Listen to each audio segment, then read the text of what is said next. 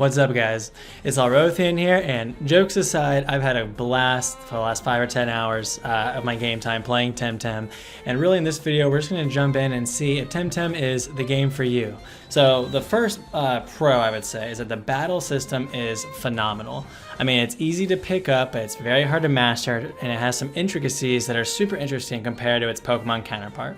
That includes things like 2v2, having a stamina bar instead of just having PP moves, and some attacks that actually can't be used right away that make the battlefield fresh and inviting. The graphics of the Tem Tem moves are also amazing. They have, like, you know that when you're playing MMO, how you, like, some of them kind of have that impactful feeling when an ability is used and some of them don't.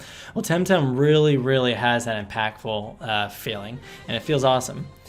And then another pro is that the Tem Tem themselves actually look and feel amazing.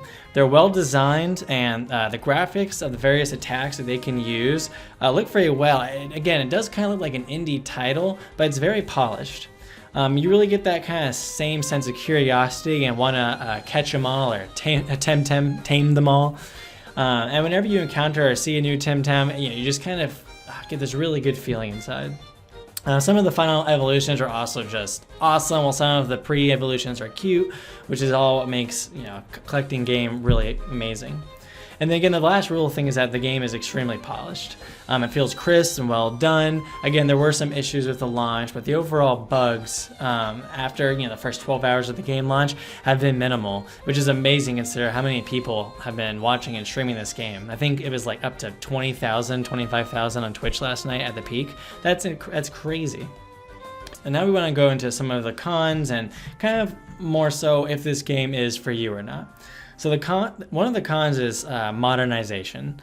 So with Pokemon, Let's Go and Sword and Shield that we've gotten over the last year or two, we've kind of gotten away from the random grass battles, and we've entered into this new golden age of seeing Pokemon out in the world and making the world feel dynamic and vibrant.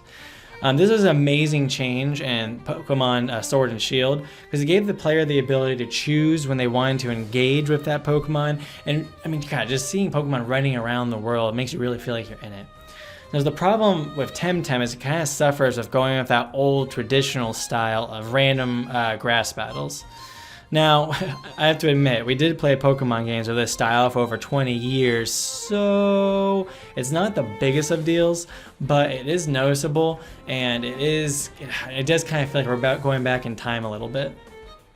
Now, the other con of Tem Tem right now, at least in the early stage part, is that the MMO aspect, they're calling themselves a Steph Stout MMO, is kind of eh. I would almost call it an MMO. I definitely would call it an MMO light game. The multiplayer aspects feels a little wanting so far, and while you kind of do see a ton of people moving around and doing their thing, you don't really have any way of interacting with each other except for like some emotes.